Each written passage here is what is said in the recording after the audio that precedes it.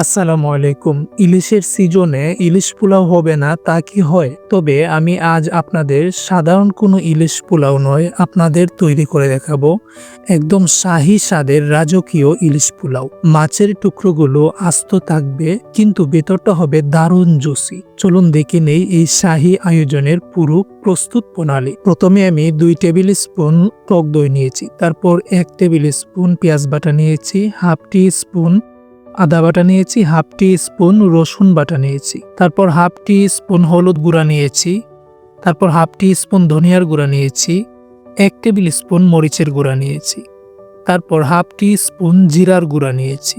নিয়ে ভালো করে এই মশলাগুলোকে মিক্স করে তারপর মাছের সঙ্গে ম্যারিনেট করে রাখবো। আমি 10 মিনিটের জন্য ম্যারিনেশন করে রাখবো।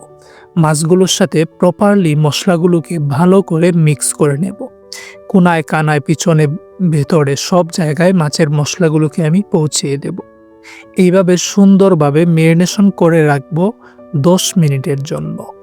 আমার ম্যারিনেশন কমপ্লিট হয়ে গিয়েছিল, কিন্তু আমি লবণ দিতে ভুলে গিয়েছিলাম, তাই সামান্য লবণ দিয়ে আবারও ভালো করে মিক্স করে সেটাকে দিয়েছি।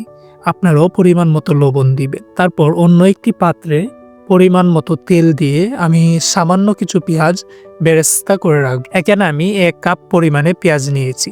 পেঁয়াজগুলোকে ভালো করে ভেজে উঠিয়ে রেখে দেব। এগুলোকে আমি পরে ব্যবহার করব।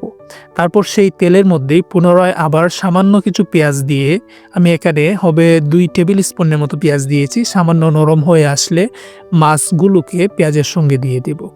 অর্থাৎ যে মাছগুলোকে আমি ম্যারিনেশন করে রেখেছিলাম সেই মাছগুলোকেই এখন আমি তেলের মধ্যে দিয়ে দিচ্ছি। দিয়ে একটু সময় আমি এগুলোকে ভালো করে ভেজে নেব। অর্থাৎ মাছের এপিঠ এবং ওপিঠ দুই পিঠ আমি ভালো করে ভেজে নেব তেলের মধ্যে। এখন ম্যারিনেশন করার যে মশলাটি ছিল সেই মশলাটি ধুয়ে সামান্য পানি আমি এখানে অ্যাড করেছি। অ্যাড করে দিয়েছি সামান্য কিছু কাঁচামরিচ। আমি এখানে 4-5 পিসের মতো কাঁচামরিচ ব্যবহার করেছি। আপনারা একটু কম বেশি দিলেও সমস্যা নেই।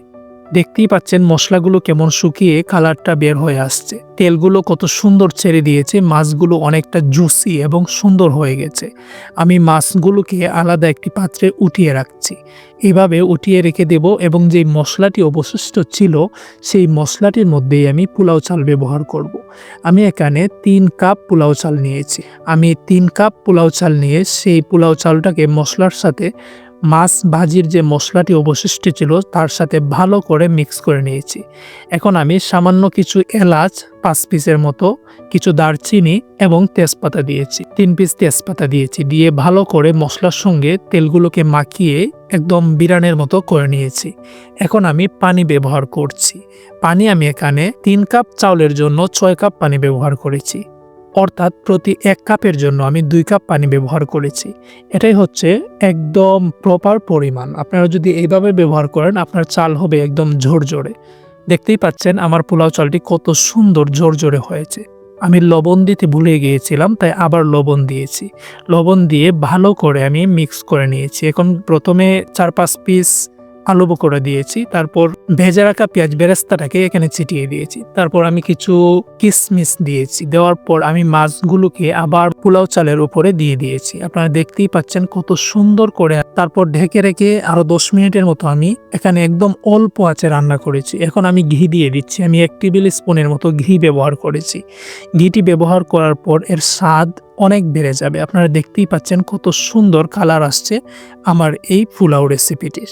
দেখুন তৈরি হয়ে গেল আমাদের রাজকীয় ইলিশ পোলাও। চালটা কতটা জর্জর হয়েছে আর মাছের ঘ্রাণ সারা ঘরে ছড়িয়ে পড়ছে। অতিথি আপ্যায়ন বা বিশেষ দিনে এই রেসিপিটি একবার ট্রাই করে দেখুন। সবাই আপনার রান্নার ফ্যান হয়ে যাবে। ভিডিওটি ভালো লাগলে শেয়ার করতে ভুলবেন না। দেখা হবে নতুন কোনো রেসিপি নিয়ে। আল্লাহ হাফেজ।